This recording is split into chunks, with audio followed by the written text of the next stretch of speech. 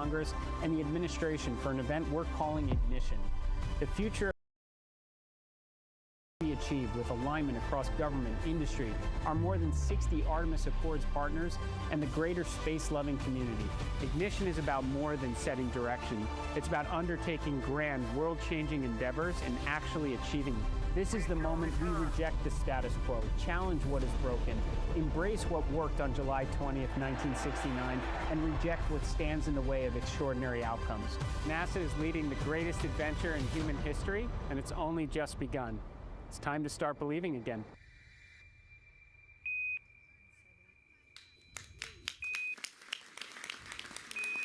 Please welcome to the stage NASA Administrator Jared Isaacman.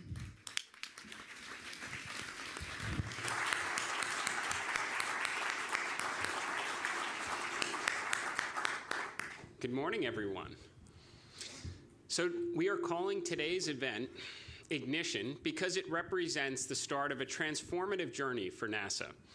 I'd like to begin by thanking the leadership of President Trump for providing NASA the tools and policy to execute on our world-changing mission. I also wish to acknowledge the coalition assembled here today. We have a bipartisan mix of members of Congress and staff from authorization and appropriation committees who have provided the direction and the resources. We have 35 international partner nations here, including ambassadors, ministers, and leaders of several space agencies who have worked alongside the United States in space for decades and will continue to do so on the journey ahead. And we have leaders from the most capable space industry in the world. NASA never undertakes these grand endeavors alone. The presence of all of you here today sends a very powerful message about what we intend to accomplish together. Now, in the few short months since I began this role, we have moved very quickly. We have taken action to cut bureaucracy with dozens of regulatory changes underway and more than 370 sections identified for deregulation. I've also issued numerous directives, with dozens more in progress, all focused on removing friction and empowering the workforce and accelerating logical execution. That urgency reflects the moment we are in. It reflects the reality of a very great power competition, the importance of our mission, and the expectations rightfully placed on this agency by the American people, and the consequences if we fail to deliver. Taxpayers support NASA because we can change the world in air and space and science and inspire the next generation along the way. But we cannot be spread thin trying to undertake dozens of externally imposed and self-inflicted distractions, jumping straight to the dream state at the expense of an achievable strategy. For too long, we tried to satisfy every stakeholder. The results of that approach are very well documented in OIG reports. Billions wasted, years lost, non-conforming hardware delivered, programs that never launch, fewer flagship science missions, virtually no X-planes, less astronauts in space, which means less kids dressing up as astronauts for Halloween. I don't like it, the president doesn't like it, and the American people have waited long enough for the headlines only NASA is capable of making. For decades after the last space race, NASA was really the only game in town. For better or worse, the plan changed. We formed partnerships, spread goodwill, and tried to undertake programs that attempted really to make everyone happy. The outcomes became less important, skills atrophied, and now we find ourselves with a real geopolitical rival challenging American leadership in the high ground of space. NASA has stated we will return Americans to the moon before the end of President Trump's term. Our great competitor said before 2030. The difference between success and failure will be measured in months, not years. They may be early, and recent history suggests we might be late. This is why it is imperative we leave an event like Ignition with complete alignment on the national imperative that is our collective mission. Over the past few months, I visited all the NASA centers, and I've made a promise. If we concentrate NASA's extraordinary resources on the most important goals on the President's national space policy, clear away needless bureaucracy and obstacles that impede progress, and empower the workforce and partners, then returning to the moon and building a moon base will seem pale in comparison of what we're capable of accomplishing in the years ahead. This is a step in that direction, and you will hear updates on NASA's strategy across a number of important initiatives today. But to be clear, we are long past the time for words and PowerPoint. Alongside this event today, the RFIs and solicitations will go out, breakout sessions will begin, and as this spacefaring ship sets sail, the focus moves quickly to execution. Let's start with the most visible objective before us, returning American astronauts to the moon. Artemis 2, in the days ahead, will send NASA and a CSA astronaut into the lunar environment, the first crewed step of the Artemis program to pick up where Gene, Harrison, and Ronald left off on Apollo 17. At the same time, we are standardizing the SLS architecture with the Centaur 5 upper stage. We're rebuilding and focusing expertise on ML1 pad turnaround and establishing the muscle memory required to support a higher launch cadence. The programs we left behind in this effort were not success stories. NASA takes ownership for the shortcomings, but contributing billions more and time that we do not have was not a pathway to success. On that note, I welcome the interest from industry to make use of these capabilities in furtherance of our shared priorities. As we move forward, we intend to launch Artemis 3 in 2027 to test the integrated operations of Orion and one or both lunar landers in Earth orbit. What we learned from that mission will ideally give us the confidence to begin lunar landing attempts starting with Artemis 4 in 2028. I'm pleased with the proposals from both SpaceX and Blue Origin to accelerate progress on their landers. As I've told both of our valued partners, alongside Axiom on the EVA suit development, NASA's here to help, to provide expertise, to clear obstacles, to challenge requirements where appropriate, and do all we can to enable our partners to be successful. Should we fail, and should we look on as our rivals achieve their lunar goals ahead of our own, we are not going to celebrate our adherence to excess requirements, policy, or bureaucratic process.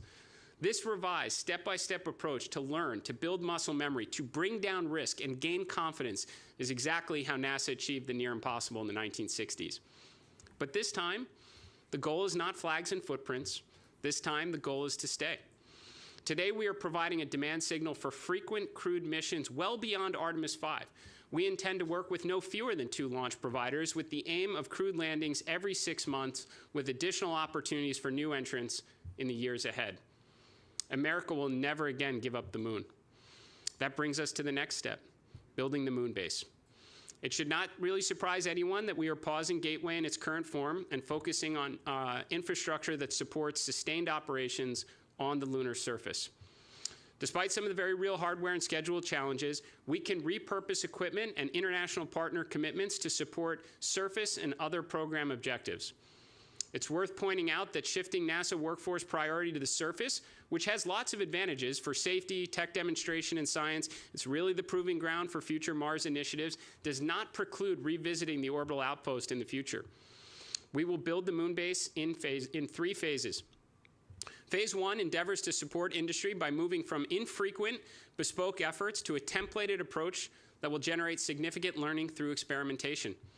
We will dramatically expand lunar landings through the CLIPS and the LTV program, delivering rovers, instruments, and technology payloads that test mobility, power systems, such as working with international partners and industry on the production of RUs and RTGs, communications, navigation, surface operations, and all the science payload that can be incorporated.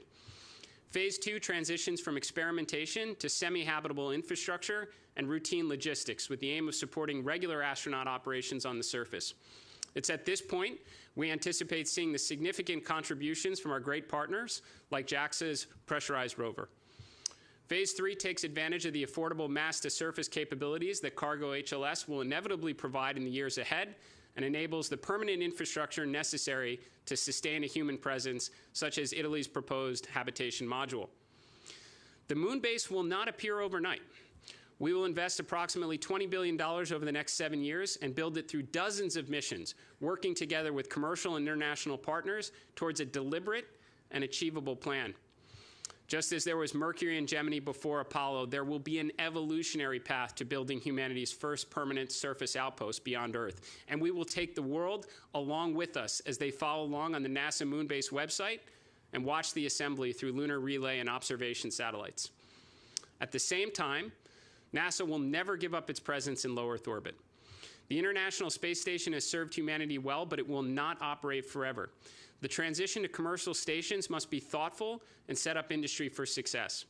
Today, we will review a bit of the history of the International Space Station, NASA's understanding of the commercial market, the budget available to support the enormous undertaking, and the 2 potential options available to explore going forward. Now, regardless of the pathway, NASA will invest the limited budget available over the years to work with commercial providers to build the future LEO presence, which includes maturing capabilities, expanding commercial opportunities through the PAM program, while creating what we hope is an achievable glide path to commercially operated space stations. We will further signal demand for what we hope will be multiple crew and cargo transportation providers to support LEO requirements for decades into the future. Now, NASA cannot force an orbital economy to exist, but we will certainly do all we can to ignite one. Science and discovery remains at the heart of NASA's mission. Today we'll provide updates on exciting flagship efforts like Roman and Dragonfly, alongside new initiatives like Da Vinci, bonus scientific payloads on the Mars Telecommunications Network, and rideshares designed to expand the pace of discovery. Public-private partnerships will turn NASA into a force multiplier for science. We are willing to challenge our approach to Earth observation and space weather, work with constellation providers, find efficiencies with legacy missions still yielding great science, and invest in flagship undertakings only NASA is equipped to pursue. We are excited to hear about the role of philanthropic efforts that will play in increasing our understanding of the universe, so like the Eric and Wendy Schmidt observatory systems. We welcome many such efforts and look forward to collaborating with and supporting them. The moon base itself and all the components that go into its assembly will become an extraordinary platform for scientific discovery. And there is one more thing. After decades of study and billions spent on concepts that have never left Earth, America will finally get underway on nuclear power in space. We will launch the first of its kind interplanetary mission named SR-1 Freedom before the end of 2028, demonstrate fission power and the extraordinary capabilities to move mass efficiently in space. When Freedom reaches Mars, a year after launch, it will release the Skyfall payload of Ingenuity-class copters to continue to explore the red planet. This Pathfinder effort will open opportunities for commercial fission power providers, be that propulsion, surface applications, and ultimately unlock the capabilities necessary for sustained exploration beyond the moon and missions to Mars and the outer solar system. Now, none of these efforts succeed without a very talented and capable NASA workforce. We are rebuilding NASA's core competencies.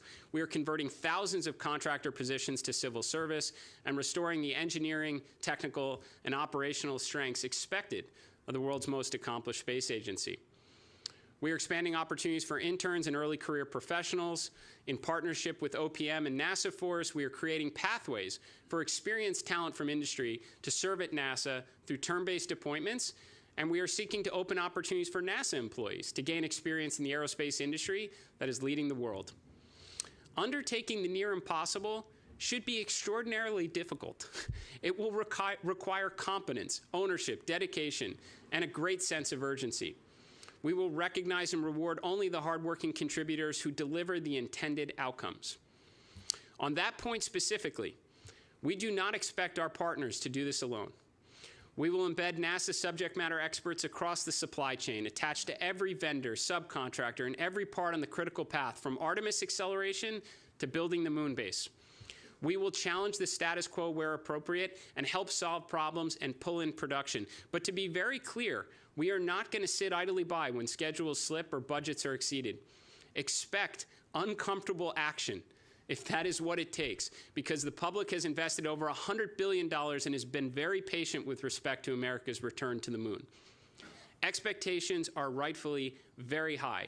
The taxpayers and their representatives in Congress should demand accountability from every vendor, every leader, every CEO if those expectations are not met. I know you all understand the message that's being delivered, and please know that I will be in the field alongside all of you, doing everything we can to ensure the correct outcomes are achieved. Looking ahead, there is no shortage of exciting rocket launches, but we will also inspire the next generation through outreach, education, grants, and programs that bring the public closer to the work we do here at NASA. Expect to see NASA aircraft at air shows and public events as we celebrate America's 250th birthday, all with the aim of inspiring the next generation to grow up and take humankind even farther. Today is called Ignition for a reason. This is the moment where we should all start believing again, when ideas become missions and when hard work delivers world-changing accomplishments. NASA once changed everything, and we're going to do it again. The greatest days of science and discovery are ahead of us, and I welcome your support and commitments as we continue the greatest adventure in human history. Thank you.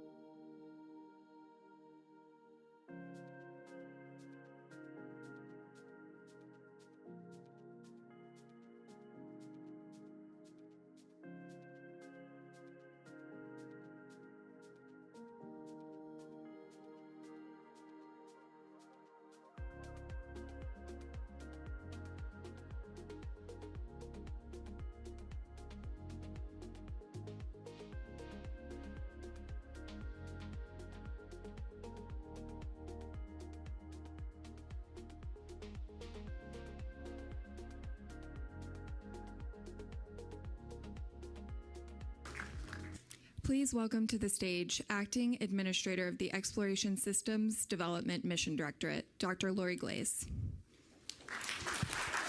Good morning. It is so wonderful to see so many of our industry and international partners here today. It is my absolute pleasure and honor to talk to you this morning about the very first, most critical step in that vision that Jared just spoke about, the return to the moon. If I could have the next slide, please.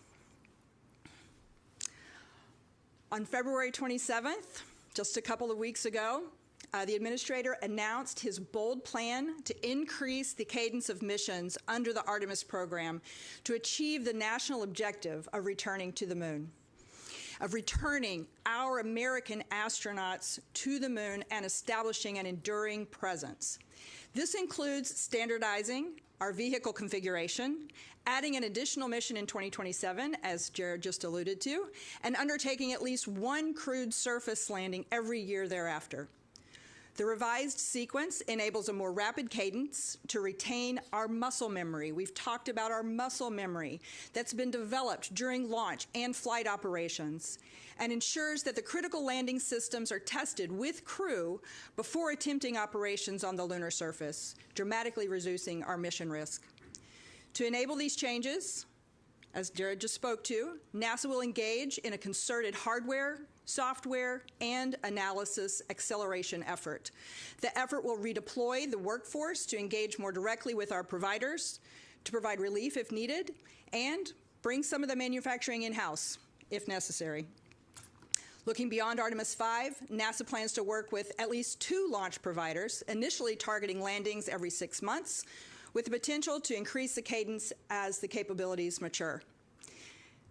An RFI has just been released at the beginning of this presentation, or should have been at the beginning of this presentation, to solicit information from our established commercial providers and new industry entrants to help shape NASA's long-term strategy to transition from government-driven missions to the commercially sustained lunar transportation ecosystem for Artemis 6 and beyond. If I could have the next slide, please. We're following the proven stepwise approach that was demonstrated by the Apollo missions to methodically reduce risk incrementally and increase the likelihood of mission success. If I could have the next slide.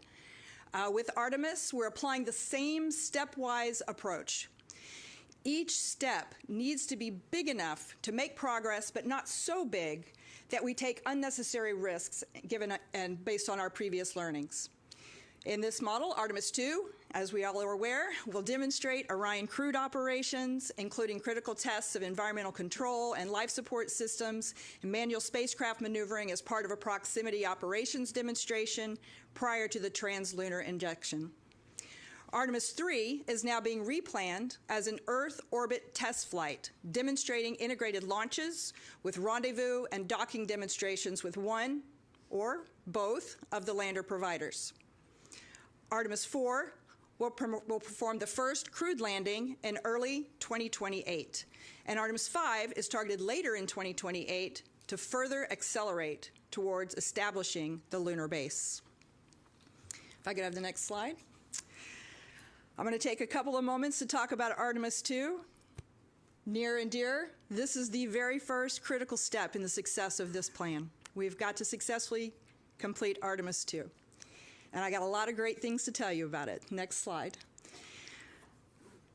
Came to my realization over the last couple of days. I've been talking about launching on April 1st for a few weeks now. And then the last couple of days, I just kind of came to my mind, that's 1 week from tomorrow. 1 week. Yes. I can tell you, I was just out at the pad last Friday as we rolled the spacecraft back out to the pad. We've been tracking it day by day in the preparations leading up to launch. And I can tell you that as of this moment right now, there are no major issues that we're working. We are doing everything according to plan. We're following the plan. We'll be watching the weather very closely over the next week. We'll also be staying alert for anything that may go a little astray. We want to assure that our astronauts, our 3 American and Canadian crew, are all safe for this mission. We've already passed our final big review, the flight readiness review, on March 11th and 12th, so that milestone is behind us. And we are now, as I said, aiming for April 1st. The launch window extends from the 1st through the 6th, and there should be about 4 attempts possible within that 6-day period. We can go to the next slide. Thank you. So I'll give you just a little bit about the mission plan for Artemis 2. I like to basically break it up into about 4 phases. I'm not going to speak to everything on this slide, but we can think of it in 4 different parts. The first part of the mission is the launch, and then we go into this 24-hour high Earth orbit. While we're in that high Earth orbit, we are going to check out the environmental control and life support systems. This is the newest piece for Artemis 2 and the critical piece for supporting our crew and keeping them safe and healthy throughout the mission. While we're in that 24-hour orbit, we will also conduct the proximity operations demonstration. Once we have separated from the ICPS, the interim cryogenic propulsion stage, our upper stage, we will use the manual controls in Orion to approach and then regress and then approach the ICPS to see and get better feel for how those controls respond to the crew's direction. Once we're confident that all of the systems are operating within the Orion spacecraft at the completion of that 24-hour orbit, we will perform the translunar injection, which sets us on the path to the moon, around, and back, where we'll use the moon's gravity to bring us back. It's a free return trajectory. So that second phase is about 4 days out to the moon. And then we have the third phase, which is the lunar flyby, where we'll get to observe the far side of the moon and hopefully break the record, the Apollo record, for the farthest any human has ever flown from Earth. And then we begin the cruise back, about another 4 days back to Earth. The final part of the mission is the re-entry to Earth's atmosphere and splashdown off the coast of San Diego in the Pacific Ocean. We'll work closely with our partners at the Department of War to recover the crew, bring them safely to shore, and return them to Johnson Space Center. So I hope you all have as much excitement as I do. I'm starting to get goosebumps. Please stay tuned and watch along with us over the coming week. And I hope to see many of you at the launch next week.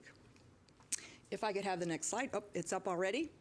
Artemis 3, as we mentioned, is now a new Earth orbit docking demonstration in 2027. And we're really excited about this mission. And I want to talk about all the preparations we've already made and how ready we are to execute on this mission in 2027. The hardware for Artemis 3 is very mature, and we're working to meet the 2027 launch readiness. As soon as we complete the launch of Artemis 2, we will assess the condition of the mobile launch pad. We made significant changes to ruggedize the mobile launcher following Artemis 1, and so we anticipate the ability to turn the pad around very quickly and begin preparations for stacking of the Artemis 3 rocket. The Space Launch System hardware, the rocket hardware, most of it, a lot of it's already at Kennedy Space Center. We'll have a lot more of it there very, very soon. The interim cryogenic propulsion stage, the ICPS, is ready. We may need it for Artemis 3, we may save it for Artemis 4, but it is ready. The boosters, the solid rocket boosters, have been ready for a while. They were just waiting for space in the vehicle assembly building. We anticipate shipping those and receiving them at KSC in April, later in April. The engine section for the core stage for Artemis 3 is already in the vehicle assembly building undergoing integration work. The RS-25 engines are ready and they're shipping in April. The top 4/5 of the core stage should be shipping from the Mission Assembly Facility in April, actually a week or two after the Artemis 2 mission completes. We expect to receive those down at Kennedy Space Center, the core stage. And the launch vehicle stage adapter is also ready in storage at Marshall Space Flight Center, and we anticipate that shipping to KSC as well. Next slide. Our Orion team is also working hard to meet the challenge of a 2027 launch. All elements are already at the Neil Armstrong Operations and Checkout Building at Kennedy Space Center, and significant progress is already underway. The Orion service module is in testing and checkout, making great progress. The heat shield that you see in the middle here has completed its fabrication and assembly, and it's in its final preparations to be ready to be integrated into the Orion crew module. The service module is also being integrated and tested. So we've got the service module, the crew module, we've got all the piece parts. We are in that integration stage. The next slide, please. Of course, in order to perform this important docking demonstration, we are going to partner closely with both of our human landing system providers. The goal for this mission is for Orion to dock with one or both of those landers, and both of the HLS providers already have been given a task. They were given that task immediately following Jared's announcement to assess the options for this new Artemis 3 mission profile. In preparations, we're watching closely the development of both lander systems. The Starship Flight Test number 12, we anticipate happening in April, hopefully, no earlier than, but hopefully in April, will be the first flight of their version 3, which is a major step towards the lunar landing capability.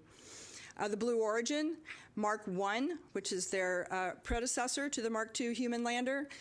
They've invested a great deal in the Mark 1 lander and anticipate launching that within a few months. Very excited. It's going to be flying one of Nikki's CLIPS payloads.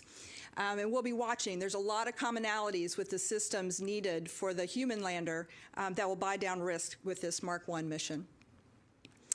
Back in the fall of 2025, NASA already began working with both of the providers to accelerate the human landing to 2028. Those accelerated landers are what we will be using for the Artemis 3 rendezvous and docking demonstration to buy down the risks. I have the next slide, please. So as soon as the administrator made his announcement, we began actively assessing the specifics of the mission profile and the objectives that can be addressed in this mission.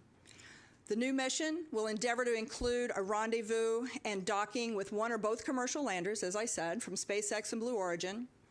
It will include in-space tests of the docked vehicles, an integrated checkout of life support, the docked vehicles, the communications, and the propulsion systems. We also really hope to be able to include the new extravehicular activity suits in the landers to help reduce future risks on their development. NASA will further define this test flight after we complete the detailed reviews that we are conducting right now actively between NASA and our industry partners. And the agency will, of course, share the specifics, the specific objectives for the updated Artemis 3 mission in the very, very near future. The primary objectives that we're considering as part of this mission profile include things like demonstrating the multi-launch campaign coordination. This is not simple. We need to have multiple rockets launching in a coordinated fashion such that we can all meet up together in space at the same time and place. Of course, the Orion rendezvous and proximity operations with the landers in orbit is one of the primary objectives. We want to work through crewed docking operations. We would really like to test those surface suits if possible. We'll be testing the critical lander systems and lander vehicle performance while in Earth orbit. And we'll be looking at performance of the new Orion permeable heat shield. We have the new, more permeable heat shield we'll be flying on Orion for Artemis 3. And while the Earth orbit won't put quite the demands on it that we would have returning from the moon, we will gather important data on the performance of that heat shield. We'll also get practice in increasing the mission cadence with a prompt turnaround of the pad and the ground systems, really pressing that system to do a quick turnaround. And we've talked a lot about the muscle memory, and with this mission we'll really demonstrate our ability to support the increasing mission cadence. With Artemis 4 in early 2028, NASA has undertaken an effort to work with both of the HLS providers to request and assess their proposals to accelerate the lander development. Jared referred to that earlier. This includes modifications to our requirements and then also to the surface things that we want them to do on the surface and how we want them to work with us. We've got requirements to the hardware, the mission definitions, capabilities that enable us to move faster. We're really focusing on how can we move faster. The intent with this change, with trying to pull these forward and working with both providers, is to fly with whichever provider is ready first for 2027. We've already made significant progress on the government side of the hardware that's required for Artemis 4, both on the SLS and the Orion. The solid rocket booster segments are complete. The aft skirts for the boosters are in their final production. The core stage engine section for Artemis 4 is actually already at Kennedy Space Center. The RS-25 engines are in storage. The top 4/5 of the core stage are in their manufacturing at Mission Assembly Facility. And the Orion Crew Module is also in its final assembly at ONC at Kennedy Space Center. And the Orion Service Module that's provided by our European partners is also well into its integration in Germany. We had the, Artemis 4 is here at KSC. Sorry, getting lost in my track here. We've got a lot of stuff here. Artemis 4 is here at Kennedy Space Center, where it's already getting integrated. As I mentioned, we only have one more ICPS. We're in the process of determining whether it would be used for Artemis 3 or 4. But as part of the plan to standardize production of the transportation system, the exploration upper stage that was previously planned for Artemis 4 has been replaced with the Centaur 5, which is a proven capability as part of the ULA Vulcan launch system. Right now, all of our programs are actively engaged in understanding what modifications will be needed to be implemented in order to transition from ICPS to the Centaur 5 upper stage. The new generation suits are being developed by Axiom to support NASA's lunar surface extravehicular activities. This is a significant effort and critical to our ability to execute the first landed mission. NASA is accelerating this effort, and we're providing direct support at Axiom facilities and suppliers to increase the collaboration and accelerate hardware production. The Axiom suits are being planned for checkout, as I said, hopefully on Artemis 3, or possibly additionally on the ISS. The suits for the mission for Artemis 4 will be delivered to the human landing system for integration. Again, both of our providers for Artemis 4 are working on simplifying their profiles to accelerate the initial landings and those surface capabilities. The primary goal of this mission for Artemis 4 is to execute the first crewed landing since 1972. While in orbit around the moon, the two crew will have two crew transfer from Orion to the commercial lander, and then which will safely transport those two crew to the surface of the moon, and then ultimately bring them back to rendezvous with Orion in lunar orbit. While they're on the moon, the two crew will demonstrate surface operations, including deployment of science instruments and conducting an integrated surface science campaign. Both of the providers are required to complete a successful uncrewed landing prior to carrying any of our crew.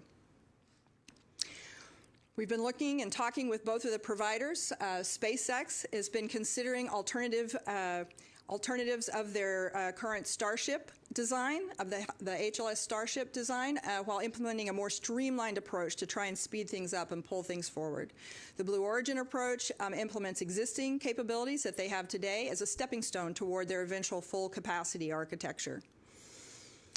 We've asked both teams for feedback. How can we help simplify these missions, and how can we speed up the landing? And the overarching themes that we've heard from both SpaceX and Blue Origin were, first off, can we please avoid the near rectilinear halo orbit? Can we please avoid NRHO to help reduce the HLS workload, what's required of that system, and also improve lunar surface mission planning flexibility? We've also heard that simplifying the mission requirements for this initial mission while maintaining their long-term capability is also a strong desire. We want to simplify, but we also want to make sure we're building towards the future. So it's important to assure that whatever architecture we're using for Artemis 4 feeds forward to what's going to be needed in the future. In response to the feedback that we've received from SpaceX and Blue Origin, we are indicating, and we have indicated to both of them, that we are open to other non-NRHO lunar orbits. Some of these orbits could reduce our crew risk with abort opportunities that are available in hours versus up to a week if we were in NRHO parking orbit. It also opens up flexibility in surface mission planning, allowing us perhaps access to different sites on the surface or flexibility in the timing of when we land. The intent of offering alternate orbits is to balance the Orion and lander performance by parking closer to the moon and being able to have that more frequent or easier access. We're also looking at the surface requirements, trying to make them simple and sustainable.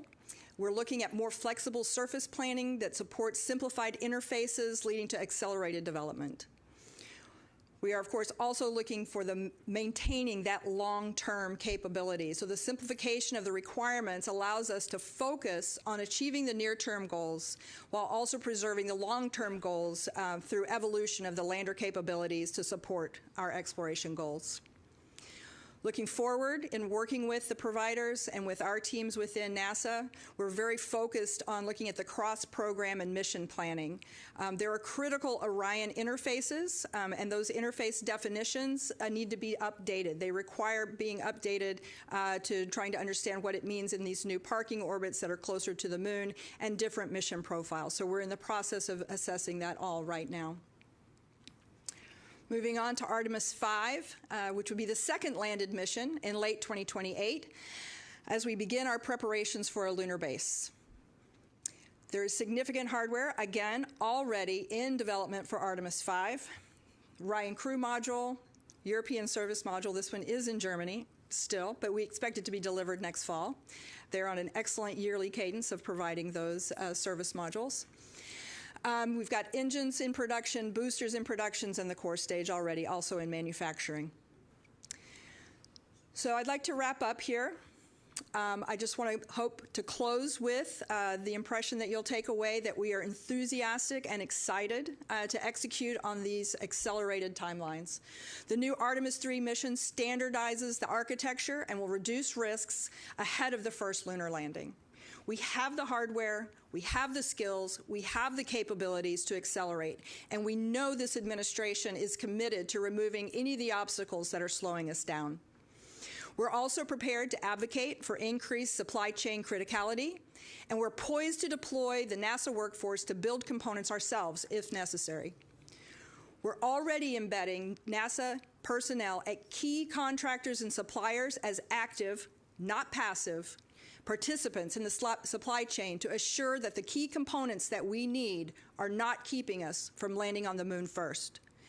Internally, we're in the process of building new analysis tools that provide us insight and real-time resolution of challenges across the entire Artemis enterprise. And to assure that we're all moving and working toward the common goal, the Administrator has invited the company leaders from each of our prime industry partners to brief him within the next few weeks on the actions they're taking to meet the accelerated schedule. As I noted at the beginning, we're signaling demand and dropping an RFI for 2 pathways for crewed missions to the moon beyond Artemis 5. The first step in this journey begins with the Artemis 2 launch on April 1st, when Reed, Victor, Christina, Jeremy embark on their historic journey around the moon. I hope you'll be watching. I hope you'll be watching very closely, hopefully from the Cape, as we lay the foundation for Artemis 3, 4, 5, and beyond. And as Administrator Isaacman has said repeatedly, we may not have captured full global attention yet, but I'm absolutely certain that as we embark on Artemis 2, 3, 4, and 5 in the coming years, we will captivate the world. We're honored to have you working alongside us to further world-changing science and discovery. Thank you. Please remain with us. We will be coming back after a brief 10-minute break.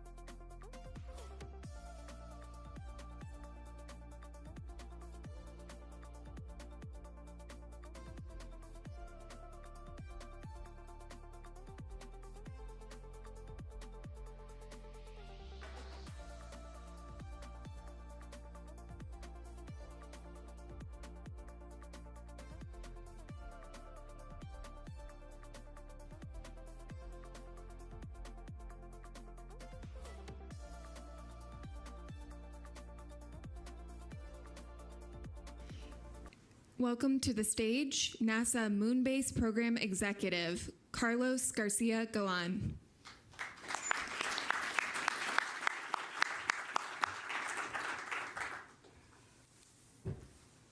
Good morning, everybody.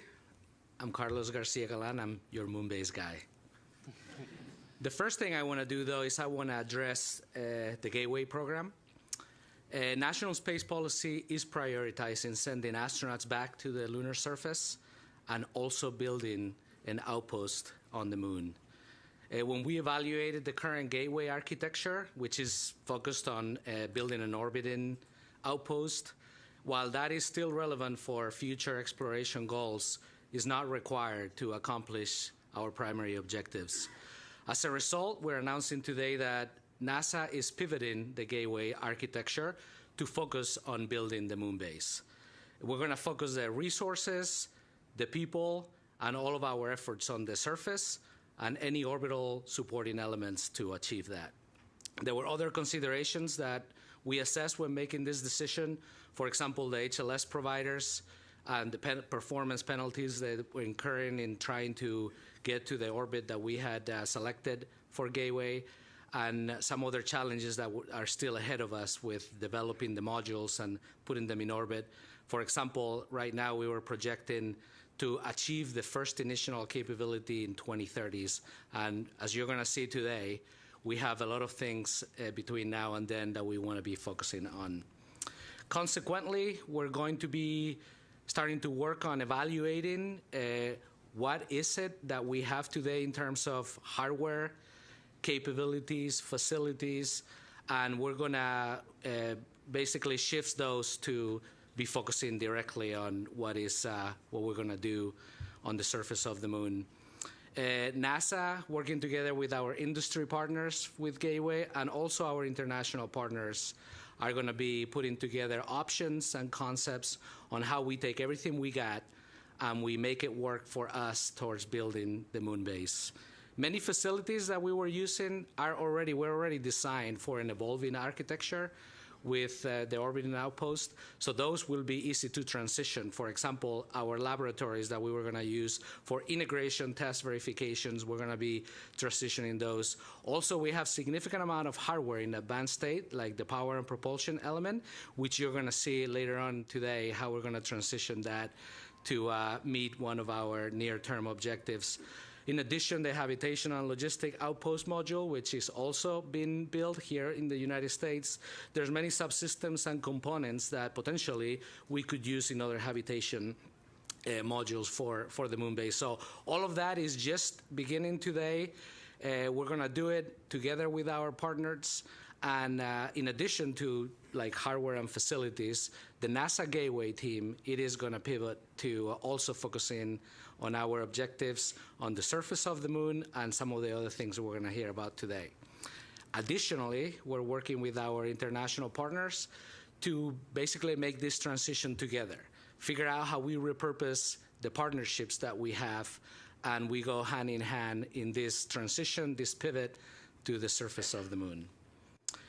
Having said that, let's talk about the moon base. President Trump's vision for space exploration requires that we establish the initial elements of a lunar outpost by 2030. What you're looking at today is certainly not the initial elements. It's more of our vision of what it would look like in the future. So when you look at this picture, I'm going to ask you a few times today to transport yourselves to the future and to the lunar surface. When you look at this picture, it's very clear that to execute this vision, we're going to need to achieve the near impossible. But this is what we do. We're NASA.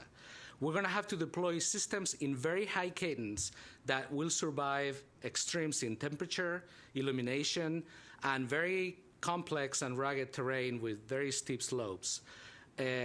Everything that we're going to want to do in the moon, unfortunately, is hard to get to. So all of these things we're going to have to do together. And eventually support permanent astronaut habitation there, which is no small feat. We can only do this with a vibrant American industry base and our international partners. And in addition to that, we're going to leverage the entire might of the NASA workforce, from core competencies to facilities to our ingenuity, to make sure that this dream happens. We're going to ensure that American leadership remains in space and on Earth, leveraging doing things that today seems like science fiction. It does look like science fiction, but guess what? We're planning to turn that into reality. And with your help, we're going to inspire the world in the process. But this picture of the moon is not going to show up overnight. That's not where we're going to end up. We're going to build it in phases. Phase 1, which starts today, it's all about getting to the moon reliably, learning how to get there in high cadence, deploying assets in different areas of the moon where we think we may want to build this moon base. We're going to experiment with new technologies that we know we're going to need for future infrastructure development to support that permanent habitation. And we're going to actually start the infrastructure in this phase that goes from now to 2028. That infrastructure is going to start with constellations of communication satellites that can also do observation. Transitioning to phase 2, which we estimate will start around 2029, we're going to think about establishing the infrastructure. So we've tested some new technologies. We're transitioning to actually establishing and laying out what we think are permanent elements of that infrastructure. And we're going to talk about this, but it includes power, surface communication, surface preparation, and mobility. And then once that's set, established, we're going to transition into achieving semi-permanent and permanent crew presence on the moon base. So that is going to include habitation modules and everything we need to keep the crews alive and enable them to do groundbreaking science and exploration on the surface of the moon. Go to the next chart, please. So the moon has a surface area about the size of the continent in Africa. Imagine, talking about why are we going back to the moon? Imagine sending 6 missions to Africa for short duration and saying, hey, we've explored, we've learned everything we need. We're going to start doing that again. The lunar South Pole, for example, it's about the size of the state of Virginia. So I think you can go one page up. Oh, there you go. We got it.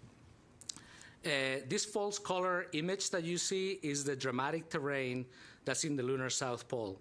The Shackleton crater, for example, is one of the areas where we're interested in going. That is double the depth of the Grand Canyon. I don't know if any of you have had the chance to hike the Grand Canyon. I have. So it's quite impressive, and we actually want to explore in the areas of the bottom. We're going to have to build systems that also provide power, mobility, and habitation around those places, and also consider lighting. Like you see today, some of these areas that are very interested for science and exploration are sometimes permanently shadowed or have significant length of shadow periods. So having systems there that can survive the temperature gradients that we're going to see and the lighting are going to be critical. Unlike the lunar equator, the ratio of sunlight can really wildly change. And when the sun comes up, it's not like on Earth or different places on Earth where you see it just straight sunrise or the equator of the moon. It's going to basically hover in the horizon. So power systems and even communication having to go through those craters to work is going to be very challenging. So let's talk a little bit about phase 1. Go one more slide.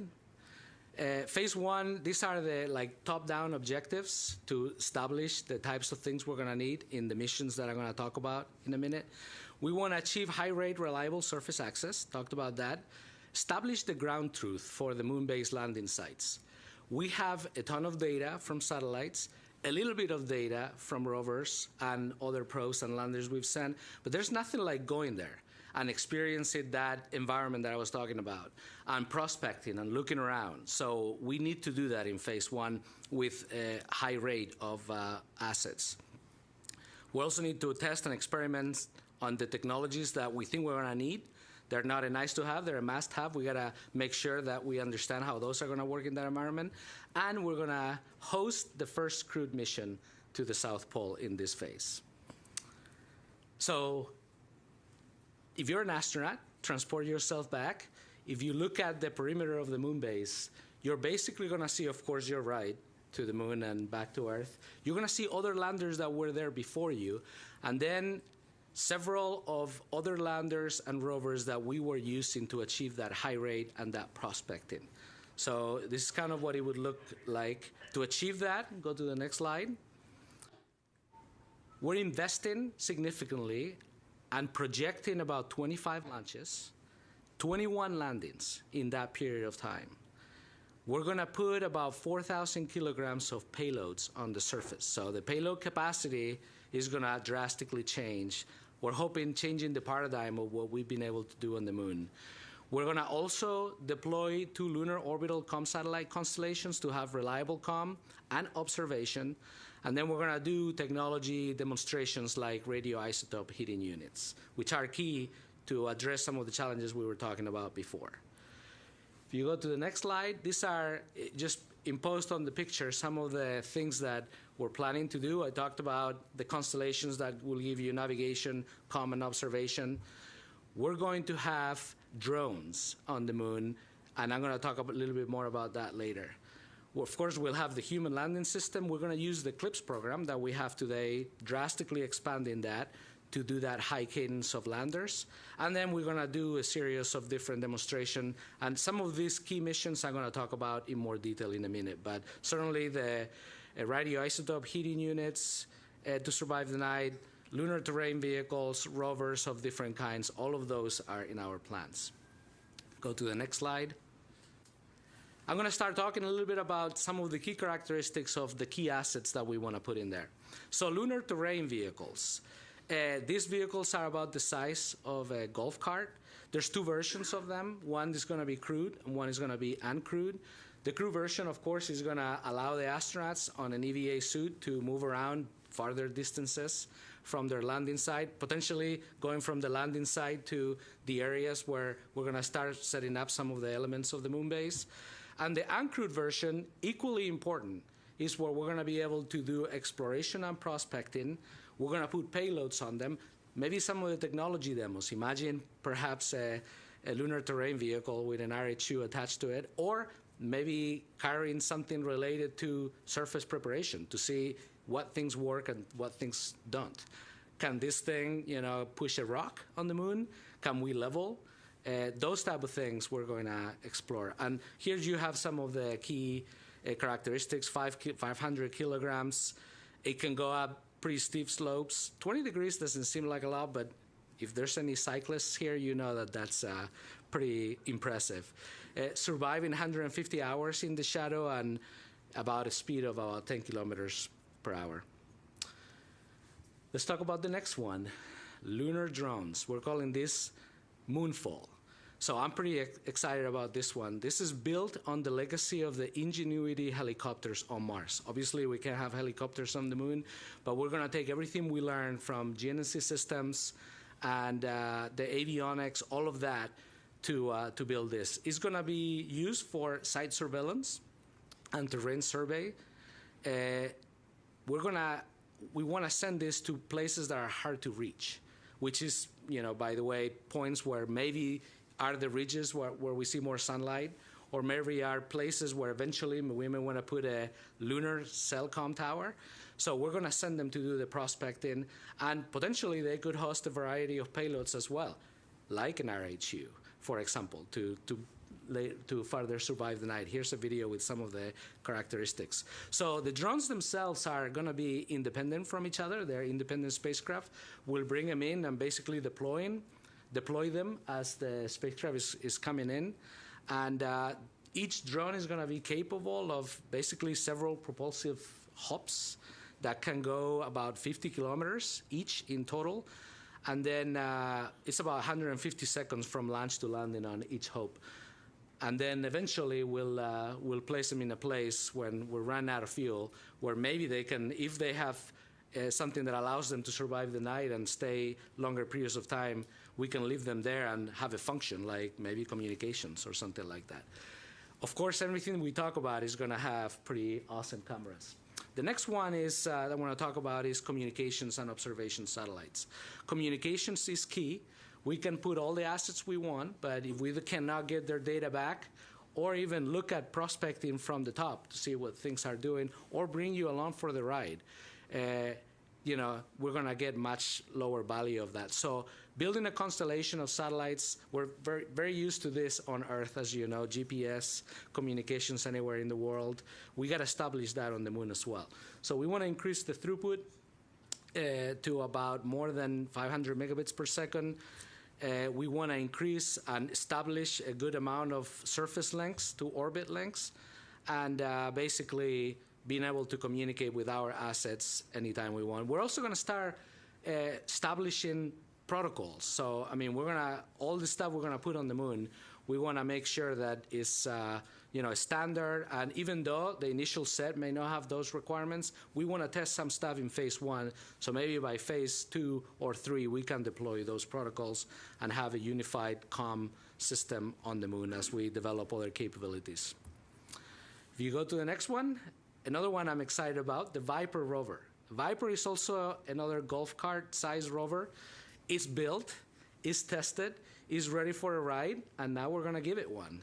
It's going to go in the Blue Origin lander, serial number 2, which is scheduled to go to the lunar South Pole by 2027. What it's used for is going to map the water and volatiles from lunar resource prospecting. And these are critical for some of the reasons why we want to go to the moon. Some of these areas that have permanent or semi-permanent shadows have things that are billions, volatiles that are billions of years old, and we're going to go after those things and to try to understand our universe, where we come from, our neighborhood, to say in a different way. So yeah, this rover is going to get deployed. It's going to help us do a lot of the prospecting and trying to find out where are the cool places to go do science on the moon. Next one, radioisotope demos. I talked a little bit about the lighting conditions on the South Pole, very challenging. So lighting, of course, is related to also the thermal environment that these assets are going to see on the moon. As a matter of fact, at the beginning, during phase 1, some of the things we put there are not going to last very long because of this very reason. So anything we can do to not rely necessarily on solar power and allow the assets to get heating and maybe some power is going to be golden for our ability to take that forward. So we're actually trying to incentivize any of the people that have landers, if you can find an RHU or anything related to that works for your asset, bring it on, and we're going to reward you for that. As a matter of fact, also, we're thinking of several things along this area, but I'm going to talk about this later too. We're going to put an RFI today, dropping it, for any ideas that you may have. We want to hear them. So anything in this related to this technology area is going to be good. Basically, we want to put things that will help the lander survive more than 120 hours of continuous operations in darkness and be able to send signals back to Earth. Let's see. Let's go to the next chart. So all in all, this is phase 1 for you. It's very challenging timeline that we completely understand that, but as I show you in the first picture, we need to achieve the near impossible, so we cannot operate the way we've been talking and operating until now. We're committing about a $10 billion investment in these years through 2028. In 2026, we already have 2 missions planned to the South Pole using our CLIPS program that we're folding into the moon base. 2027, we're drastically increasing that mission cadence with 10 launches to put 9 landers. And all of this we're going to do depending on what we get from solicitations, the stuff we have on the books today. So these numbers are obviously approximate. In 2028, we want to maintain that cadence and potentially do 12 launches to put 10 landers on the surface, including the HLS provided landers for demos and of course to bring the crew for the first time. Go to the next chart. Okay, let's talk about phase 2. So, all right, we've learned how to get to the moon reliably. We've tested technologies. Now we're transitioning into, we're building the moon base. So we're laying out infrastructure to be able to support the habitation modules later. We're going to drastically increase the CLIPS lander payload mass capacity to about 5 metric tons. We're going to use some of also the heavy cargo landers, so there's a lot more than that coming. But from CLIP's perspective, we're wanting to increase the size of the landers and their ability to take cargo. We're going to do technology demos to enable lunar permanence, and we're going to, at this point, we would like to increase our crew visits to the moon base, doing it semi-annually, so 2 missions per year. Top objectives. All right, back to the moon. Think about if you were an astronaut, what would you look at if you're looking at the moon base? So you saw some of the rovers that you saw in phase 1. Maybe some of them are not working anymore, but they're still there. You see additional rovers with increased capability. Definitely you see lunar terrain vehicles that have been hard at work, maybe preparing the surface for a potential habitation module or multiple modules we're going to connect. You see some of the infrastructure that's coming about, like solar tower masts and so forth. So if you go to the next chart, that's about what it looks like. 27 launches, 24 landings, 7 rovers, and drastically increasing the payload capacity that we want to put on the lunar surface. By this time, we would like to also have, you see, a pressurized rover that we're doing with our partners at JAXA. You see solar power stations. Definitely, we're building up on this nuclear capability, maybe graduated from RHUs to RTGs, maybe something else, if we get good ideas from you guys. So we'll start setting up this kind of infrastructure. And some of the assets, if you go to the next chart, in addition to what we did in phase 1, we definitely have solar power augmentation. So you start seeing some of those solar masts growing. We'll have RTGs, maybe on a rover, maybe on a lander, maybe some things that we can connect together. We start seeing some of the infrastructure like surface communications, our cell towers, which also give us the ability to do navigation. Pressurized rovers, of course, excavator rovers. So we need to, connecting things on the surface of the moon is going to be almost harder than on orbit because you got to deal with the terrain. So we're going to work on the technology for that, but also having an even surface, even if it's just clearing up rocks, is going to be key. Site preparation logistics rovers, logistics, if you want to have a vibrant moon base, you have to have a logistics train. From launches to in-space transportation to landers, and then getting that cargo from the landing site to where it needs to go. So using perhaps LTVs or an extension of other rovers, we're going to have to experiment and start setting that up from when crews are coming there. All right, so transition to, let's talk about the assets that we're going to have there. Of course, one of the great ones is the pressurized rover that, again, we're doing with our partners in Japan. It's a mobile habitat that is going to extend the human exploration range. They'll be able to work in a short sleeve environment, so it's kind of a habitation on wheels. And that will allow them to travel significant amount of distance. Of course, it will have power systems and so forth. We're designing this to have a 10-year design life, and it's about 15 metric tons. So, of course, to deliver that pressurized rover, we're going to have a heavy cargo lander already in the books. Can traverse quite a few degrees of slope and then survive up to 150 hours in the shade. The whopping speed is 3.5 kilometers per hour. But trust me, if you're in that, you probably don't want to go any faster. So anyway, pressurized rover. Transition to solar power augmentation. Power is the name of the game. All of these things we're showing require power. Some of them require power to heat themselves during the long shadow periods. So we need to demonstrate the ability to deploy these systems, test them, and then chain them together eventually to be able to provide the power that we need for the moon base. So anyway, we're definitely going to be investing in this capability, deploying it, testing it. We're looking, when we deploy some of those permanent assets, we're looking at about 10 kilowatts plus during illumination. And then when we're in the shade, 360 kilowatt hours for the assets that we want to serve. You're thinking, okay, we have habitation modules, so it's for that, but we also have a bunch of rovers. So maybe having stations where the rovers come in, hook up to it, either with, cables and connectors or wirelessly and charge up is some of the things we're going to have to do. All right, next.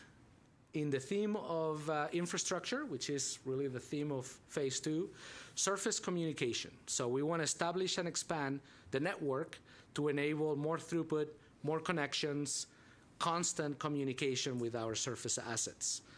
We want to deploy dedicated surface-to-orbital communication stations, and you see a little bit of a picture of that in the landscape, and deploy the system for direct communication across the surface. And again, I talked about earlier with craters all over the place, which is where we want to be. It is going to be hard to achieve. There's a lot of multipathing. There's hard to find line of sight places to communicate directly. So all of that, even though we all know communications, doing it on the surface of the moon in the South Pole is not going to be easy. We're looking at perhaps 10-kilometer range of direct line of sight. That's what we want to achieve. All right, and then one of my favorites, the site preparation and logistics rovers. We're already starting. I'm going to show you a video of that later. We're starting to experiment with this on the ground. So these are rovers that are deployed to start working on surface prep. And we want them to last long so they can be working for us while the crews are preparing to launch to come to the lunar base. We're thinking this is a key capability for the lunar terrain vehicles, the upscale version 2 that we want to be deploying during phase 2. And also, we may want to be doing some excavation and compaction. I know this is very challenging in 1/6 gravity. We know that. We're testing like what you see here, and you'll see in the video, is like double drum to even that stuff out. But there's many challenges that I'm sure you can come up and have maybe good ideas that we want to hear about. We're going to be investing in this capability as well. And then, if you go to the next chart, nuclear surface power capability. So we talked about experimenting a lot. Maybe the beginning in phase 1 is really just to heat yourself while you're in the long lunar night. But now we're going to want to be working on these things to supply power to multiple assets so they can survive the night, and eventually also provide power for operations. So we're talking about hundreds of watts, demonstrate technology, process, and operations at a larger scale, connected together, thermal management concepts for larger applications, anything related to systems that can give us a significant amount of power. So anyway, if you're working on that stuff, you'll be excited to hear that today. All right, so if you rack and stack phase 2, which goes from 29 through 32, 29, we're planning approximately 6 launches, 5 landings, 2 rovers. The cadence, the number looks smaller, but all of these systems are heavier. So we're more in the medium to large class of landers at this point. So the delivery of mass is greater, but the numbers are a little bit less. So 29, 6 launches, 5 landings, 2 rovers, 2 surface infrastructure elements. 30, 7 launches, 6 landings, 2 rovers, 4 moon-based drones with upgraded capabilities. 31, 7 launches, 7 landings, 2 rovers, 3 surface infrastructure elements. And in 32, 7 launches, 6 landings, 1 rover, and more drones. This may not be exact, but these are the numbers we're working for. And we want to show you the signal that this is the type of cadence we think we're going to need to develop this moon base in the time frames that we want. So we're going to talk about challenges, and clearly it's perhaps out of our experience base. But that's where we need to get together, come up with the things, identify things that are slowing us down, preventing this type of cadence, working on that together, addressing it head on, and putting it in play. All right, phase 3. So top-level objectives. Long duration and long distance human exploration. We want to increase the CLPS lander payload mass capacity to 8 metric tons. We want to do a bunch of regolith manipulation and site preparation capable rovers. We want to start the routine logistic flights to deliver to Earth. And then we'll do initial uncrewed mission cargo returns, maybe up to 500 kilograms. So we start having a serious, both ways, train of logistics. Back to the moon. Just take a moment to really picture yourself in an astronaut suit, looking around and imagining what you would see there. Definitely see a bunch of infrastructure for power. both potentially nuclear, which is maybe shielded, to a bunch of solar array towers that are either directly connected to the habitation modules or perhaps on the side at different locations providing power to some of the assets that are moving around. Pressurized rovers, advanced LTVs, and then different landing sites for human landings, cargo landings, and potentially launching cargo vehicles back to Earth with a bunch of moon regolith. This is kind of the stats. At this point, we're talking about 150,000 kilograms of payload on the surface when you account for all these things that we're talking about. One more chart. So again, some of the highlights that I've been talking about. Habitats, that's the highlight of the moon base in its end state, and what we're going to be focusing on phase 3. Logistics, can't talk enough about logistics and the need for that to do it reliably. We've learned anything we've done long duration, whether it's on Earth, low Earth orbit, we know we need logistics. So I mean, everything that has anything related to that. In situ manufacturing or resource utilization, we're going to start seeing some sites on the moon that are kind of like the industrial neighborhood where we're trying some of that technology and also using it to actually keep the moon base growing and viable. We'll have different locations for habitats and then widespread power distribution. And then we'll see an increase on communications as well, surface, and potentially we have additional constellations at this point. Okay, so the focus areas for phase 3, talked about logistics. I won't impress that upon you anymore, but we're thinking about 8,000 kilograms of carriers, consumables, and other items. Some of the challenging stuff is going to be to go get the stuff from where it is and put it where it needs to be. So when the crews come, it's there for them. And what we know from doing permanent habitation in low Earth orbit, for the crews, that you need clothes. Of course, you need water, you need air. There's a lot of mass for even short duration missions. Like a month, staying there for a month requires a significant logistics and supply capability. So if you go to the next chart, we'll talk about habitats, star of the show in this phase. So we want to enable continuous human presence there. We potentially are looking at multiple locations. We would like to expand into different modules that are connected together, but we'll evaluate if that's the best play. We definitely want to expand our capabilities in ECLS, surface mating, and of course, airlocks. We're going to be experimenting with this, and of course, the pressurized rover and the things we have already done with ISS, all touch on these things, but it's going to be the next layer of complexity when we try to go to the moon. The basics, air, water, food, space, all of those things, a few nights in space, in the size of a minivan, it's manageable, but when we expand to short trips, those needs get much bigger. Let's see, I think I'm gonna move to the next chart.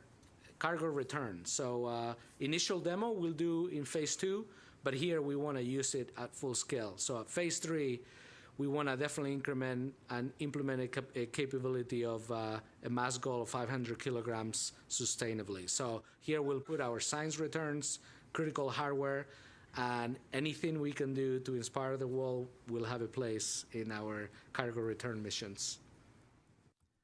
All right, and then the last one, I talked about this a little bit earlier, but in situ resource utilization and manufacturing as well. 3D printing with regolith on the surface of the moon is something that we should be striving to do. So we'll experiment a bunch, and then we can hopefully put this into play for phase 3. This is something, when we talk about moon to Mars, clearly when we get to Mars, we're going to need some of this capability. And when you get there, it's going to be tried and true and something you can rely and count on. So that's what we're going to be learning on the moon, how to achieve that. Key commodities that we may extract from regolith, of course, oxygen, water in general, rare earth elements, hydrogen, all of those things we're going to experiment with. Next chart. So here's the timeline for missions in phase 3. So another about $10 billion investment in this phase. We're currently planning for a capability to include 3 new habitats, including the multipurpose hub that we're already planning, 3 more rovers, 2 more surface comm nodes. By 2033, for example, we expecting to add 2 rovers and our first habitat and supporting logistics capabilities, 6 landers, over 7 launches. 2034, we'll add our next habitat and supporting logistics, more surface communications.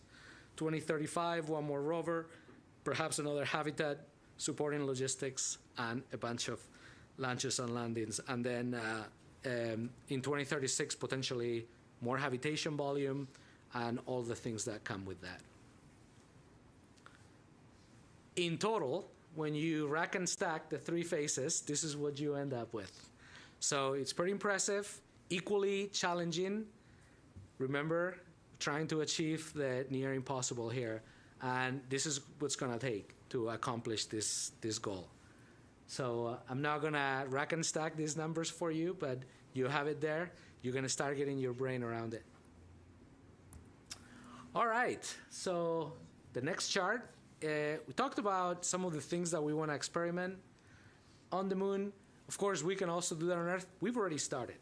So here's some videos of folks, NASA folks, and also some of our industry partners working in some of this technology, from rovers that can go up terrain, fuel transfer, regolith preparation, manufacturing, and all kinds of things, avionics, hardening.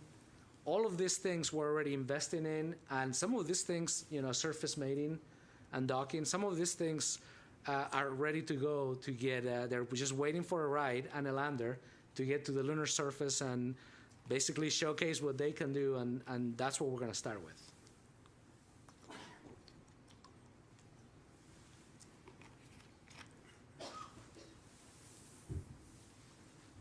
Okay, so here's all the cool aspects of putting assets on the surface of the moon and traversing and potentially experimenting with what we're planning to do in the 3 phases. I could watch these videos all day. All right. So one of the key things, you go to the next chart, one of the key objectives that we have is not only to develop the technology that we need to eventually go to Mars, establish a moon base, which we have never done in deep space. It is imperative that we inspire the next generation of engineers, communicators, explorers. We can only do that if we take you along with us. We're going to basically require that every asset that we have has a bunch of cool cameras, things that will give us the perspective of what we're doing, which to date is almost like science fiction, and things that will inspire people that are currently in college, high school, middle school. It's like, wow, that is what I want to do. That's what I want to dedicate my career and my life to do. And they will be the ones that come up with some of these challenging things that we don't know how to solve yet. So we're going to have a website that we're starting already working on, where you will be able to follow us along the way, from launches to things getting to the moon, to the rovers prospecting, getting to places that we have never seen. We're going to enable that capability with constellations of satellites that are looking down at the moon base and checking out what things are doing. We're going to follow the drones, the moonfall drones around the moon, to see where they can get to and what they discover. And all of that, you'll be able to do it along with us and hopefully eventually work with us in some of this cool stuff. We talked, go to the next chart. We talked a little bit about, when I show you that phase 1, 2, 3 collated set of missions and all that stuff, it's a huge challenge, and we know that. To achieve the near impossible, we are driving to high volume of complex missions with challenging execution timelines.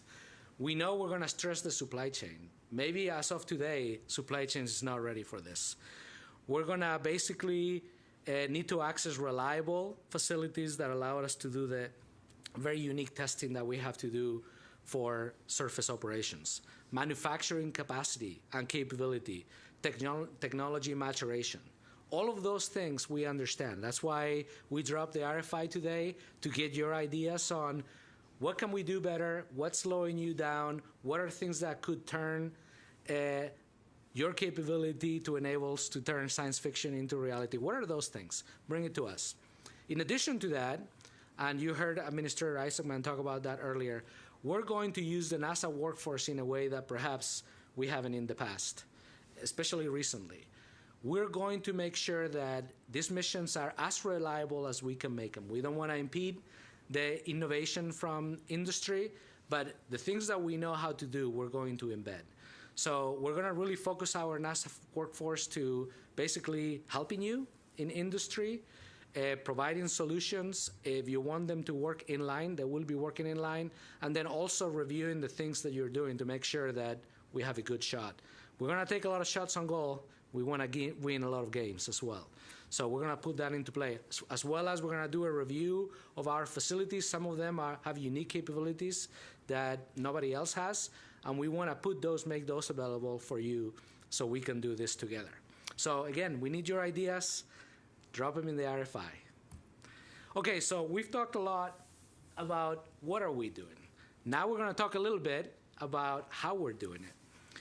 So we basically structure this in different functional areas: transportation, launch, and also orbital transfer vehicles for whenever we need those, perhaps for logistics; surface mobility, transportation for landers; infrastructure, logistics, and habitation. So I'm going to touch on some of these things. If you go to the next chart, realize that we've actually been working a lot of this stuff for a while. Today, there's teams, projects, programs that are working on all of these things individually.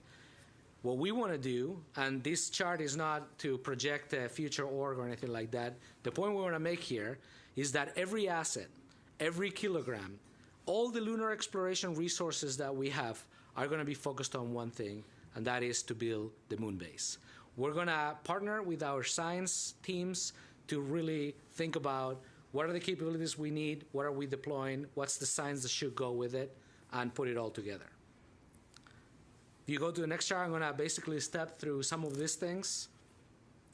For launch and transportation, we're planning, you saw the launch cadence, which is pretty significant.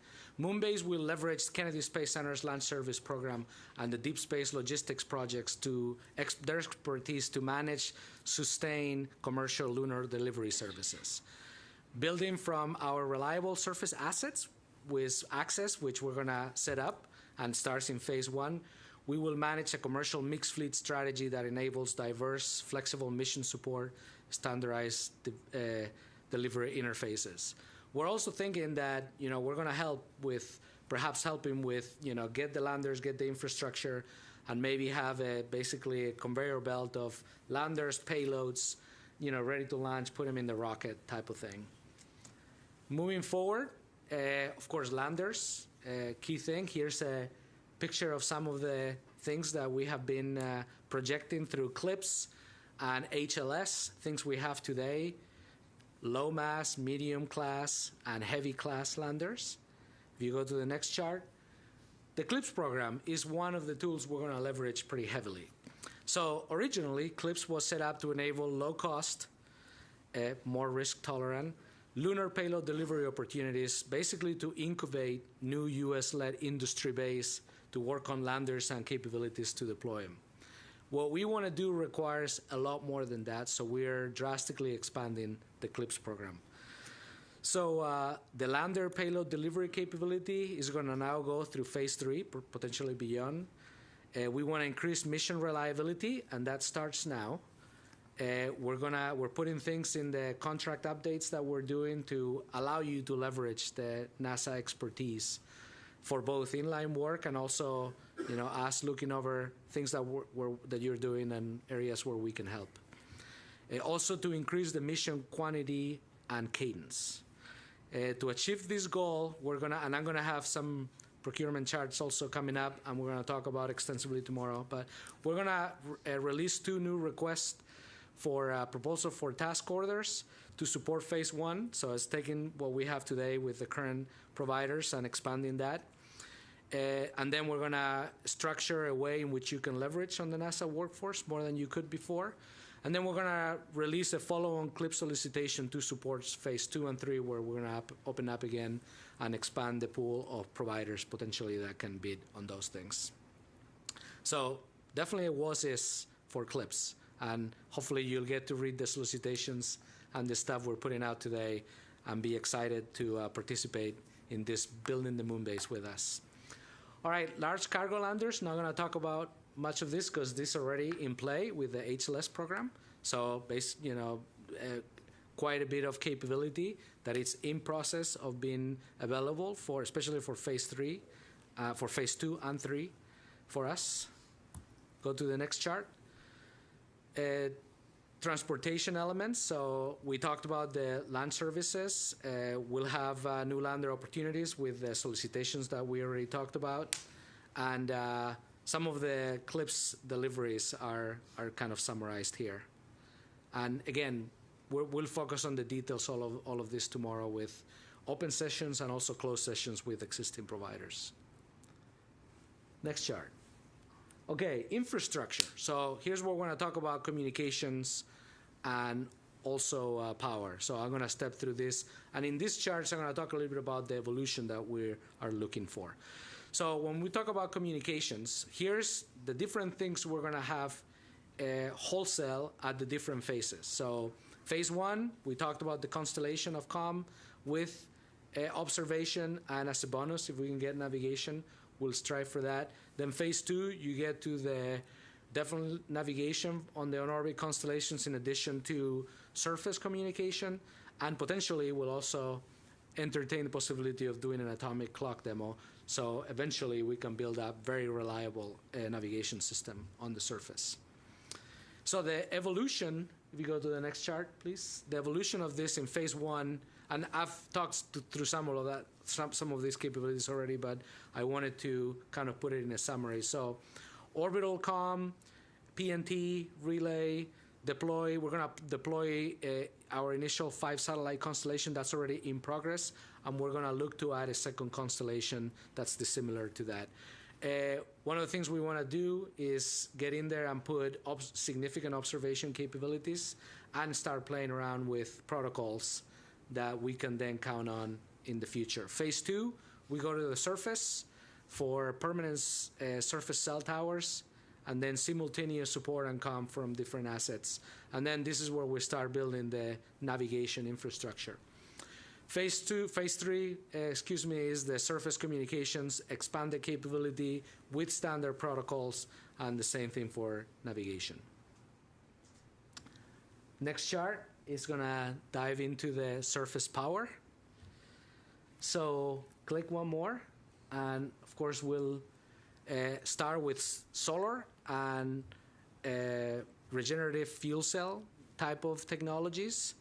We will go into the RHU for heating some of our assets and RTG in phase 2. Definitely experiment in phase 1 as much as we can. This is a key infrastructure component. And then in phase 2 is when we're gonna actually start deploying and linking things together. And then the Fission Surface Power program, it's scheduled to deliver something on phase 3 for more capacity and maybe more than one thing, for the capacity that we'll need for the moon base. Next chart. Here's kind of the phase evolution of that. So deploying the assets for communications, that's an infrastructure thing we're gonna do in phase 1. Demo, nuclear and other things that will allow us to do the survive the night and long shadow periods. Then we transition into the deployment of the power infrastructure on phase 2.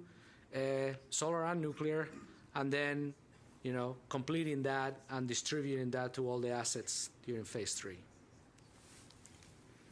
All right, mobility. There you go, one more chart. There you go. So this is the combination of all the mobility assets that we plan to have. So in phase one, definitely a bunch of rovers of smaller size with different payloads and capabilities for prospecting and experimenting. We'll also have the lunar terrain vehicle. I'm going to talk a little bit about that in a minute, but we're going to change a little bit course on that. And basically, we'll have incremental capability build up for the LTVs. So LTVs in phase one, more capable LTVs in phase two, and even better on phase three. We're definitely looking for our international partners to also help in this area. This is a great opportunity. We're going to have definitely transportation capability by this point in phase two. So looking for what are your ideas and capabilities that you want to deploy. And again, rovers, from having prospecting to surface prep to carrying logistics around, something we're going to need. Science rovers, of course, that's why we're going to the moon for, to do the groundbreaking science. And then, of course, pressurized and advanced LTVs in later phases. Go to the next chart. Here's the evolution of that. During CLIPS 1.0, we already talked about delivering several rovers, including Viper, Flip, and the Rashid UAE rover. We were bringing in the drones, Moonfall. So those things I already talked about, what they would be used for. And then the LTV phase one capability, we'll talk about this a little bit more in a minute. Phase two, more capable LTVs with increased reliability, service life, survive the night, payload capacity. Partner rovers, of course, including the pressurized rover. That's a big one in this phase. And then science of all kinds, and of course landers. And then phase three, we are in an operating mode with permanent habitation there. So certainly anything you need in a moon base, crewed and uncrewed, of course, more surface preparation, a lot of things that can do logistics movement. And all along the way, partner rovers, we're open for business there. All right, for the LTV, I want to talk a little bit about the pivot that we're doing here. So the original contract was really set up to deliver a fully capable crewed rover to survive 10 years. So pretty hefty requirements. In our current schedule and the challenges to get to that state, we were projecting a delivery to the lunar surface by 2030. So you can see we've shifted in our objectives because we want to start right now and we need stuff in phase one. So this approach really put us in a significant cost to deliver the one asset later on. A lot of technical complexity I have to address immediately instead of build up incrementally. And schedule put us in a kind of a no-fail solution space. If the rover was late or if it didn't pan out, didn't have the capabilities, by 2030, we're going to need that capability pretty significant. So we're pivoting. Okay, so anyway, what we're going to do is to enable basically gaining quicker access to crewed and uncrewed, we're going to change the procurement strategy for that and basically talk to our partners that were already on board and talk about deploying, doing solicitations for much earlier, perhaps less capable rovers, and then incrementally build that. So we're changing the current contract today, and then we're going to put solicitations for a phase two of that, and then eventually we absolutely predict the demand of that, where we have to deliver an LTV, every certain months for the duration of the moon base. So pretty exciting evolution where we're going to need a lot more capability, just a little bit of a change from where we are today. And this is what it looks like from a procurement strategy perspective. I'm not going to read that to you. And again, we'll have sessions on this tomorrow. Next chart. Okay, habitation and logistics. So you go to the next chart. In the picture of the moon base, this is what we're planning. Phase one is when we'll start really working on the technology development and trying out things for logistics deliveries. Phase two, of course, we will have pressurized rover as a habitation kind of a demo and and trial. And then phase 3 is where we get the habitats and then the cargo return. And here's the evolution of that. So phase 2 started deploying the logistics capabilities from 500 kilograms to 1.5 metric tons, demoing some of the things related to the logistics train, demo habitation with early capability and the press rovers, and then the build-up of that in phase 3. All in all, if you go to the next chart, in the next few months, this is what the procurement opportunities look like. From CLIPS 1.0, expanding that for science payloads as well. Starting CLIPS 2.0, it's coming up. We'll be awarding that in this year, in the summer. Rephasing LTV procurement the way we had designed it, and then the moon-based capabilities RFI, which we really hope you take a look at and give us your ideas, because you can see the next several years is going to be insane from the perspective of the amount of capability potentially we'll be able to put on the moon. So I hope that sends the signal to you that we want to work with you, we need you, we got to do this together. And we're starting with a significant investment to make that happen. And then, before I close out, I just want to reflect on the picture you're seeing and what that may mean. So, starting today, we're building humanity's first deep space outpost. We will learn how to reliably get to the moon, build habitation, systems and infrastructure that allow us to conduct groundbreaking science. We will take you along with us and inspire the world for generations to come. We have to do this, just as we did with the Apollo program when we first got to the moon. NASA's partners are essential to building the systems we need to live and work in the lunar surface. We're going back to the moon, we're going to stay there, and we invite you to help us build the moon base. Thank you.